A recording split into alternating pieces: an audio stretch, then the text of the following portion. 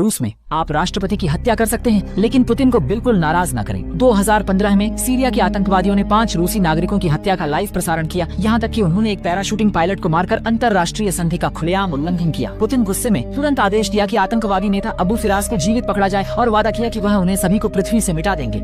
इसलिए रूस की प्रमुख विशेष बल इकाई SSO पूरी तरह से सक्रिय हो गई और कुछ ही देर में उनमें से एक टीम ने फिराज के किले पर खोज लिया। मुख्यालय से थोड़ी दूरी पर पहाड़ी पर ईगल आई सैन्य ड्रोन के माध्यम से दुश्मन की हर हरकत पर नजर रख रहा था। यह रूसी सेना द्वारा हाल ही में विकसित किया गया ओरियन कॉम्बैट ड्रोन है, जिसकी लंबाई 8 मीटर और विंग स्पैन 16 मीटर से अधिक है, जिसमें 200 किलोग्राम की प्रभावी लैड होती है। ये दुश्मन के 7,500 मीटर की ऊंचाई पर निगरानी कर सकता है और 24 घंटे तक उड़ान में रह सकता है। जरूरत पड़ने पर यह निर्दिष्ट क्षेत्र पर इलेक्ट्रॉनिक जामिंग भी कर सकता है। पीछे B-46 निशाना साधने वाली दूरबीन। टीम के कप्तान ने आखिरकार अपने ध्यान में बसे आतंकवादी सरगना अबू फिराज को देखा। पकड़ने की कार्रवाई आधिकारिक रूप से शुरू हो गई। ड्रोन के निरीक्षण से वे पहले ही दुश्मन की सुरक्षा में खामियों को भली भांति समझ चुके थे। पकड़ने वाली टीम के 4 लोग ध्यान से अंदर घुसे, दुश्मन की नजरों के नीचे के बेस के केंद्रीय क्षेत्र में प्रवेश किया, जबकि उस समय अबू फिराज पूरी तरह से अनजान था। पकड़ने की लड़ाई का मुश्किल पहलू अक्सर पकड़ने में नहीं बल्कि सुरक्षित भागने में होता है। इसके लिए कप्तान ने सदस्यों को 3 समूहों में विभाजित किया। एक समूह 4 लोगों का लेखा जोखा घुसपैठ और पकड़ने के लिए, दूसरा समूह 7 लोगों का निशानेबाजी और सुरक्षा के लिए, और तीसरा समूह 3 लोगों का कार्रवाई की रक्षा और आग्नेय समर्थन प्रदान करने के लिए। अचानक एक गोली की आवाज आई और पकड़ने वाले पीछे की योजना का बहुत अच्छा ध्यान रखता था, बल्कि उन्होंने भौगोलिक स्थितियों और रोशनी का उपयोग करके पूरी तरह से खुद को छिपा लिया।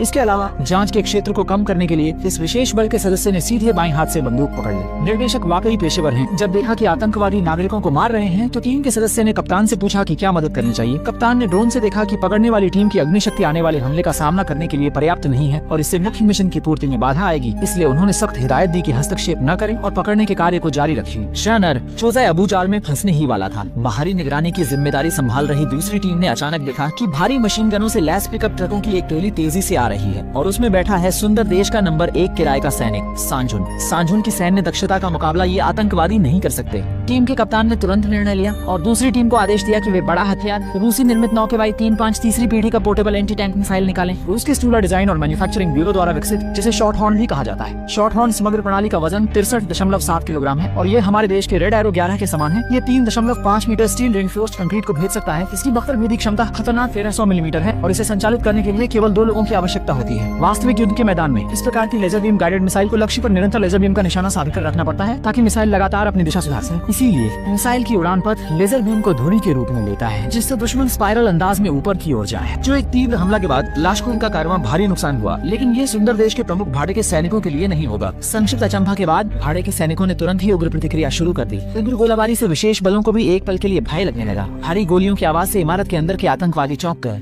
वे स्वाभाविक रूप से हथियार उठाकर बाहर जाकर सहायता करना चाहते थे, लेकिन यह पल पहले ही टीम के कप्तान द्वारा अनुमानित थी। SSG-04 प्रकार की स्नाइपर राइफल पहले से ही बाहर इंतजार कर रही थी। जब अत्यधिक तेज गोलियां चली तो दूसरे समय में आतंकवादियों की जानों को ठंडे तरीके से समाप्त किया, जैसे कि वे सब्जी काट रहे हों। 300 विंचेस्टर मैग्नम गोलियों का उपयोग कर फायर पावर टीम इस समय ऊपर की स्थिति में है। B-51 की मैगजीन के लाभ का उपयोग करते हुए भाड़े के सैनिकों को सिर पकड़ने और भागने पर मजबूर कर दिया। जब उत्साह चरम पर था तो एक सदस्य ने कंधे पर RPG-22 उठाकर 72.5 मिलीमीटर का हाई एक्सप्लोसिव रॉकेट लॉन्च किया। पहाड़ी के नीचे चीख पुकार मच गई। हालांकि दबाव के कारण खड़े नहीं हो पाए, लेकिन इसी समय सांकुन ने सामने के फायर पॉइंट की एकरूपता को भी पहचान लिया। इसलिए उसने तुरंत अपने लोगों को आग के घेरे में भेजा। जैसे ही स्पेशल फोर्स की फायरिंग दिखी, उन्होंने RPG रॉकेट लॉन्चर का उपयोग करके भी जवाबी हमला करना शुरू कर दिया। इस समय अबू, जिसने लड़ाई को और अधिक भड़कते देखा, भागने की तैयारी करने लगा, लेकिन दुर्भाग्य से उसे पकड़ने वाली टीम ने मौके पर ही पकड़ लिया। पकड़ने वाले ने सबसे नजदीकी बॉडीगार्ड को पहले गिराया, फिर अबू को पकड़कर उससे भिड़ने लगा। पहरेदार तुरंत हड़बड़ा गए और गोली चलाने की हिम्मत नहीं कर सके। उनके ध्यान भटकने का फायदा उठाते हुए 2 अन्य सदस्यों ने तुरंत उन पर गोली चला दी और उन्हें निर्धारण तक पहुंचाया। हजारों बार अभ्यास की गई रणनीतिक तालमेल के तहत अबू को सफलतापूर्वक नियंत्रित किया गया और यह पूरी प्रक्रिया बेहद कुशलतापूर्वक पूरी हुई। इसे क्लासिक कहा जा सकता है। कुछ फिल्मों के विपरीत मिशन पूरा करने के बाद टीम के सदस्य पागल खुशी में नहीं झूमे, बल्कि गिरे हुए पहरेदारों को एक एक कर गोली मारी। अचानक 12 बजे की दिशा से दुश्मन के समर्थन के संकेत दिखाई दिए। दोनों सदस्य तुरंत समांतर फायरिंग के लिए तैयार हो गए। दुश्मन का एक व्यक्ति, जो फिल्म जैसा सिर बाहर निकालकर गोली चलाने की कोशिश कर रहा था, ठंडे दिमाग से निशाना साधने वाले सदस्य द्वारा निशाना साधने से ढेर हो गया। एक सदस्य की AK-12 की मैगजीन खत्म हुई और तभी दुश्मन की अधिक सहायता आ रही थी। बिना कुछ कहे ही साथी ने तुरंत दृश्य को कवर करते हुए मैगजीन बदली। दुश्मन की संख्या बढ़ती देख कुछ लोग लड़ते लड़ते पीछे हटने लगे। दुश्मन सिर उठाने की हिम्मत भी नहीं कर पाए और अंततः एक छींटे वाले रक्षात्मक ग्रेनेड का उपयोग किया। जो पीछा कर रहे थे, उन्होंने देखा कि ग्रेनेड है, तुरंत दीवार के पीछे छुप गए। धमाके के बाद वह पूरी तरह से सुरक्षित रहे। इसी दौरान फायर पावर के भय का फायदा उठाते हुए पकड़ने वाली टीम अब्बू को खींचते हुए जल्द से जल्द इकट्ठा होने की जगह की ओर बढ़ी और बाहरी स्नाइपर टीम ने समय पर उनके रास्ते के ग्रेनेड को निशाना बना दिया। बाहरी B-51 ने पागलों की तरह फायरिंग कर कवर दिया। पकड़ने वाली टीम तेजी से इकट्ठा होने के स्थान की ओर दौड़ी। जब देखा कि पीछा करने वालों की संख्या बढ़ रही है, छोड़ी गई टीम ने पूरी ताकत से फायर पावर चालू कर दी। ड्रोन के मार्गदर्शन में रूसी ने GS-4082 गोली दागने वाली 40 मिलीमीटर की स्वचालित ग्रेनेड तोप ने उसे 2 हिस्सों में विभाजित कर दिया।